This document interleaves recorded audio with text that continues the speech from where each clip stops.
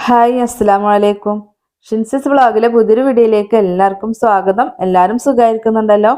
അൽഹംദുലില്ലാ, ഞങ്ങളും ഇവിടെ സുഖമായിരിക്കുന്നു കേട്ടോ. അപ്പോൾ ഇന്ന് ഞാൻ വന്നിട്ടുള്ളത് ഒരു വെറൈറ്റി ആയിട്ടുള്ള ഒരു സ്നാക്സിൻ്റെ റെസിപ്പി ആയിട്ടാണ്.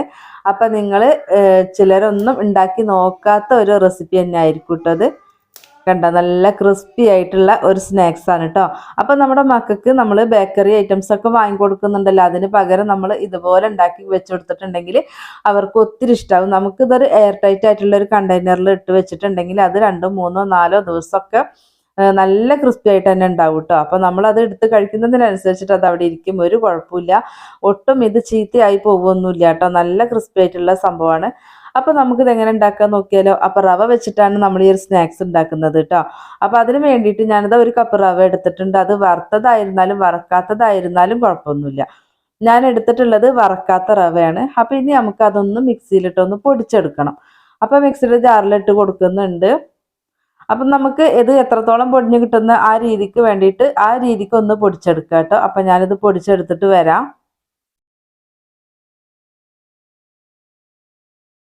ഇപ്പൊ ഞാൻ റവ നന്നായിട്ട് പൊടിച്ചെടുത്തിട്ടുണ്ട്. അപ്പൊ എന്നാലും ഇതിലൊരു ചെറിയൊരു തരിതരിപ്പൊക്കെ ഉണ്ടാവും കേട്ടോ. കണ്ടു, ചെറുതായിട്ടൊരു തരിയൊക്കെ ഉണ്ടാവും. അത് കുഴപ്പമൊന്നുമില്ല കേട്ടോ. അപ്പൊ ഇനി നമുക്കിത് വേറൊരു പാത്രത്തിലേക്ക് മാറ്റി കൊടുക്കാം കേട്ടോ. പൊടിച്ചത്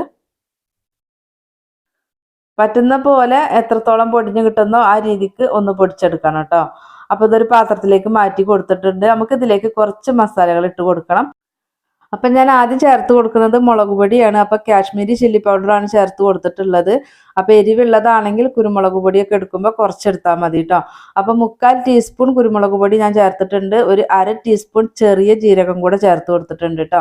പിന്നെ നമുക്കിതാ നമ്മുടെ ഈ ഒരു സ്നാക്സിന് നല്ലൊരു ഫ്ലേവറും ഒരു ടേസ്റ്റും കൂട്ടാൻ വേണ്ടിയിട്ട് ഒരു 1/4 ടീസ്പൂൺ കായപ്പൊടിയും കൂടി ചേർക്കുന്നുണ്ട് കേട്ടോ. അപ്പോൾ കാശ്മീരി ചില്ലി പൗഡർ ആയതിൻ്റെ പേരിലാണ് ഞാൻ 3/4 ടീസ്പൂൺ കുരുമുളക് പൊടി എടുത്തത് കേട്ടോ.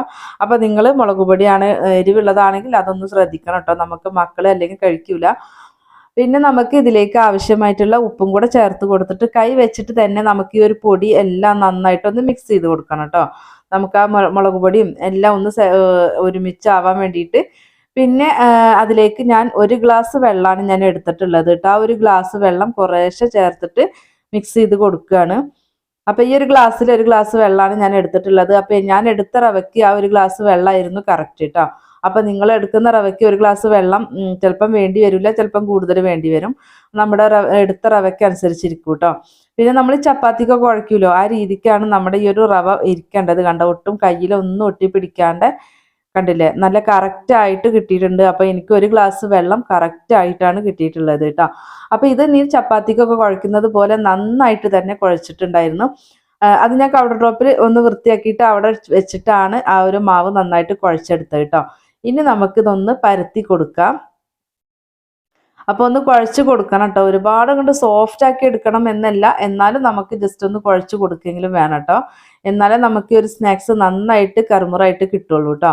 അപ്പോൾ അതിൽ നിന്നൊരു ലേശം എടുത്തിട്ട് ഞാനിതാ കൗണ്ടർ ടോപ്പിൽ ഇട്ടിട്ട് ഒന്ന് പരത്തി കൊടുക്കുന്നുണ്ട്. നിങ്ങൾക്ക് ചപ്പാത്തി പലകയിൽ ഇട്ടിട്ടാണ് നിങ്ങൾ പരത്തുന്നത് വെച്ചെങ്കിൽ അത് അങ്ങനെ ചെയ്താലും മതി കേട്ടോ. അത് നമ്മുടെ സൗകര്യത്തിനനുസരിച്ചിട്ട് ചെയ്ത് കൊടുക്കാം.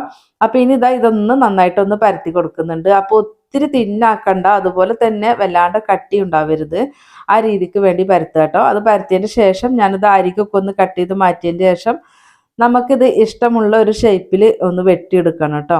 അപ്പം നിങ്ങൾക്ക് ഏത് ഷേപ്പിലാണോ ഇഷ്ടമെങ്കിൽ ആ ഒരു ഷേപ്പിൽ വെട്ടിയെടുത്താലും മതി. അപ്പോൾ അരികൊക്കെ ഞാൻ മാറ്റി കൊടുത്തിട്ടുണ്ട്. ഇനി നമുക്കിതൊന്ന് ഏതെങ്കിലും ഒരു ഷേപ്പിൽ ചെയ്തെടുക്കുക. അപ്പം ഞാനിതാ ഇതുപോലെ ഒന്ന് കട്ട് ചെയ്ത് കൊടുത്തിട്ട് കണ്ട ഒന്ന് ചെരിച്ചിട്ട് ഒന്ന് കട്ട് ചെയ്തെടുക്കുകയാണ് കേട്ടോ. അപ്പം നിങ്ങൾക്കിത് ഇങ്ങനെ ഒന്നും ചെയ്യണ്ട, ചതുരം പോലെ കഷ്ണാക്കിയാൽ മതിച്ചെങ്കിൽ അങ്ങനെ മതി. അത് നമ്മുടെ ഇഷ്ടത്തിനനുസരിച്ചിട്ട് ചെയ്ത് കൊടുത്താൽ മതി കേട്ടോ.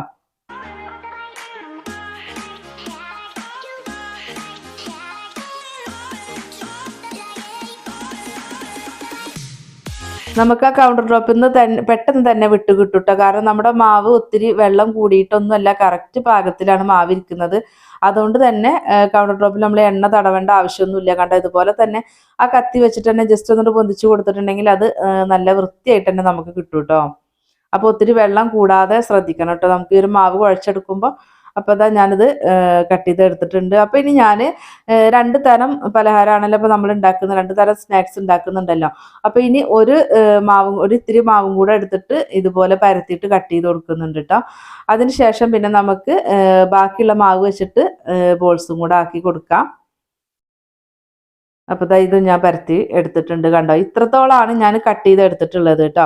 അപ്പോൾ ഇനി നമുക്ക് ഇത് മാറ്റി വെക്കാം. എന്നിട്ട് ബാക്കി മാവ് വെച്ചിട്ട് നമുക്ക് കുഞ്ഞു കുഞ്ഞു ബോൾസ് ആക്കി എടുക്കാം കേട്ടോ. ഒത്തിരി മാവ് എടുക്കരുത്, ഒരു നുള്ളു മാവ് എടുത്തിട്ട് കണ്ടോ ഇതുപോലെ കുഞ്ഞു ബോൾസ് ആക്കിയാൽ മതി കേട്ടോ. അപ്പോൾ നമുക്ക് കുട്ടികളൊക്കെ അടുത്തുണ്ടെങ്കിൽ അവർക്ക് ഏൽപ്പിച്ച് കൊടുത്താൽ മതി ഇപ്പോൾ ഈ ഒരു ജോലി കേട്ടോ. അപ്പോൾ അവരും കൂടെ കൂടുമ്പോൾ പെട്ടെന്ന് തന്നെ കഴിഞ്ഞ് കിട്ടും.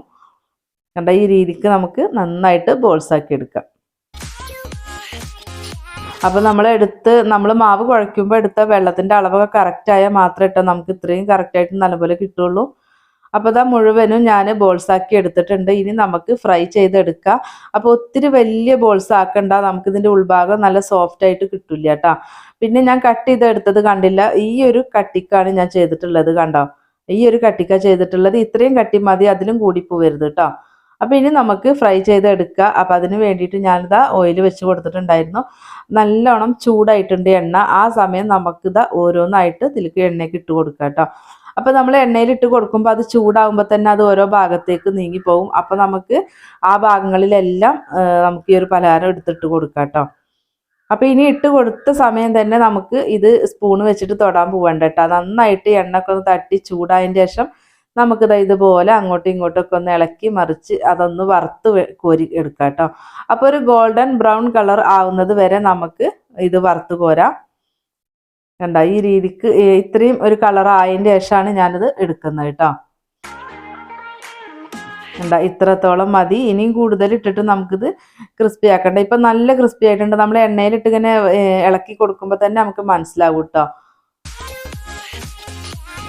കണ്ടോ അടിപൊളിയായിട്ട് തന്നെ കിട്ടി. കണ്ടല്ലോ നല്ല ക്രിസ്പി ആയിട്ടാണ് കിട്ടിയിട്ടുള്ളത് കേട്ടോ. അപ്പോൾ നമ്മൾ ആ വറുത്ത് കൊടുക്കുമ്പോൾ നമുക്ക് മനസ്സിലാവും അത് ക്രിസ്പി ആയിക്കണോ എന്നുള്ളത് കേട്ടോ. ആ സമയമായാൽ നിങ്ങളത് എണ്ണയിൽ നിന്ന് മാറ്റിയാൽ മതി കേട്ടോ. പിന്നെ ഞാനിതാ അടുത്തതും കൂടെ ഇട്ട് കൊടുക്കുന്നുണ്ട്.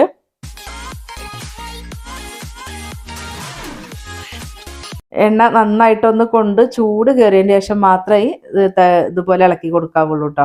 അതല്ല എന്നുണ്ടെങ്കിൽ അത് ഒന്നുകിൽ അത് നമ്മുടെ സ്പൂണുമ്പോൾ പിടിക്കുകയും ചെയ്യും, അതല്ലെങ്കിൽ കട്ട പിടിക്കുകയും ചെയ്യും. അതാട്ടാ അതുപോലെ ഒന്ന് ഇളക്കി കൊടുത്തിട്ട് നമുക്ക് ഇതും നന്നായിട്ടൊന്ന് മൊരിപ്പിച്ചെടുക്കാം.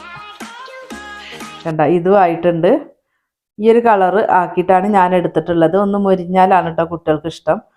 അപ്പോൾ ഇത് മുഴുവൻ ചെയ്തെടുക്കട്ടെ കേട്ടോ. അപ്പോൾ ഇനി അത് കഴിഞ്ഞതിന് ശേഷം ഞാനിതാ നമ്മൾ ബോൾസ് ആക്കി വെച്ചിട്ടുണ്ടല്ലോ അതും കൂടെ ഇട്ട് കൊടുക്കുകയാണ് കേട്ടോ.